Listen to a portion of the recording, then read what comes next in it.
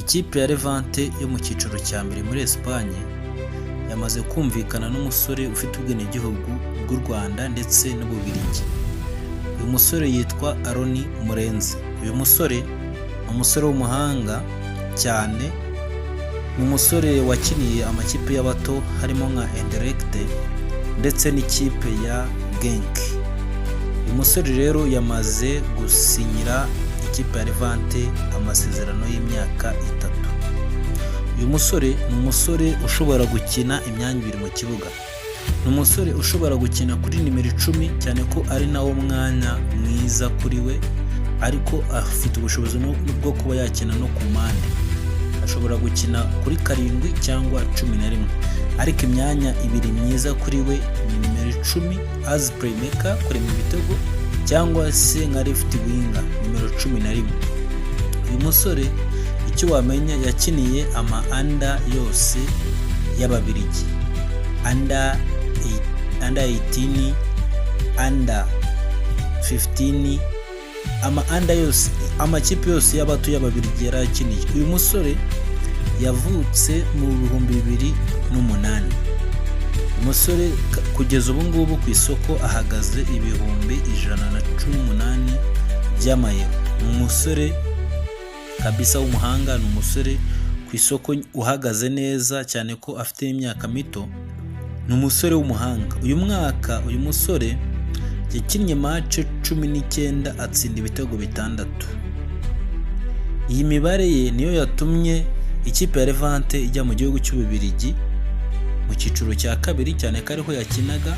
Irangije imukurayo iramusinyisha imyaka 3 kugira ngo ayikinire muri Espagne mu cyiciro cya mbere.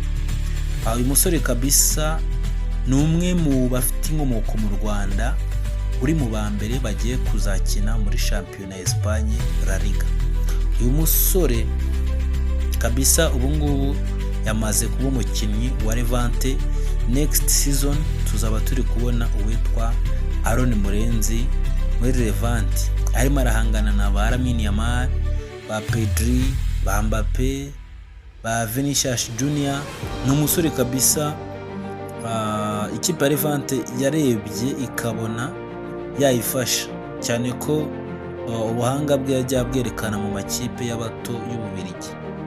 Uyu musore ikipe ya Levante agiyemo ni ikipe yarangirije ku mwanya wa 16.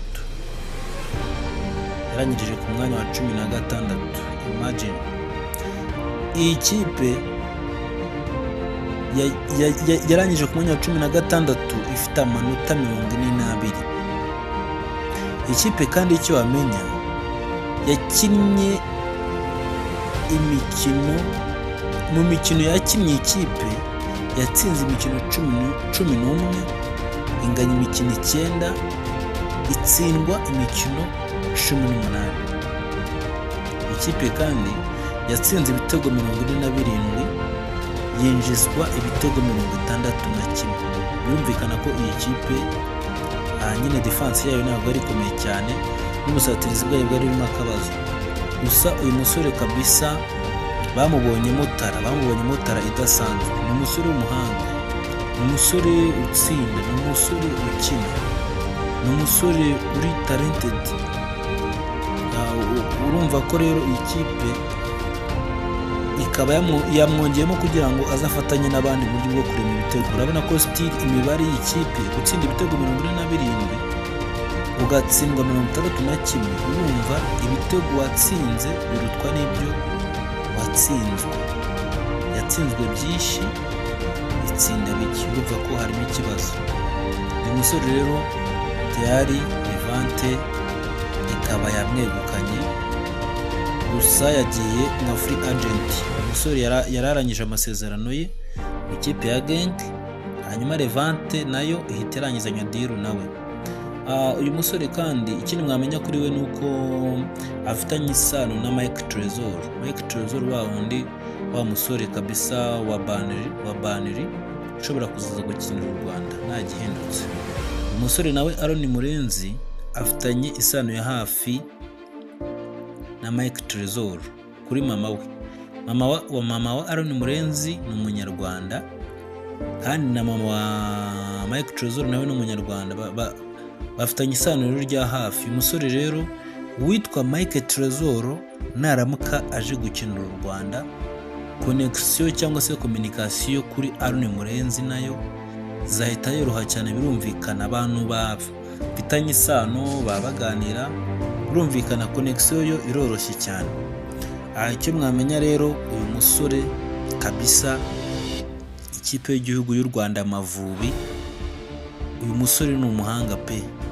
Umusore naza mu ikipe yacu ibintu bizahinduka.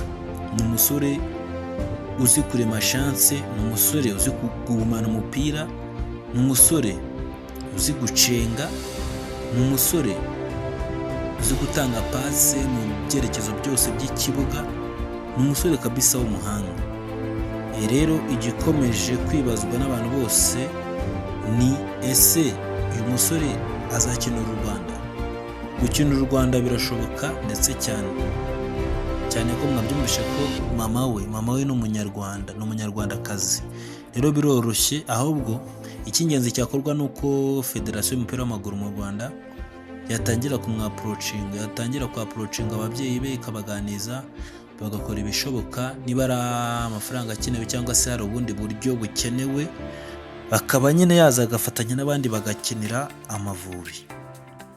Umusore rero kabisa ndamubatuye, mugende murebe highlights ze. Ni umusore w'umuhanga, umusore aramutse aje mu kipe y'igihugu y'u Rwanda Amavubi yadufasha byinshi. Kuri nimero 10 yego tuhafite abakinnyi batandukanye nka Sahabo, Muhire Keve, ariko nyine uba ubona ko hagikenewemo akantu ka improvement. Yego uyu musore uracyari muto, ariko umusore muto ku myaka ya 18 uhabwa kontra n'ikipe yo mu cyiciro cya mbere muri Espagne, nuko aba ari talented, nuko aba bikwiriye.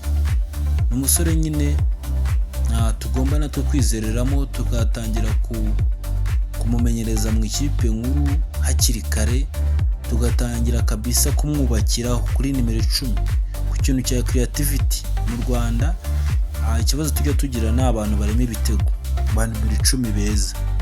Uyu musore rero tumwubakiyeho ikipe, ni umuhanga mu buryo bwa creativity, mu buryo bwo kurema ibitego yadufasha, kandi ndetse n'ibitego Amavubi atsinda byakwiyongera. Kandi murabizi ko hari n'abandi bakinnyi baje ba Mikels, bafite umuntu ubaha imipira kabisa. Ikipe y'igihugu y'u Rwanda Amavubi uko byagenda kose ibitego atsinda byakwiyongera. Rero mukomeze mukore subscribe, niba utarayikora waracikanywe, komeza ukore subscribe. Ni kuri DC Sports TV, amakuru meza nk'aya niho tuzajya tuyumvira kabisa.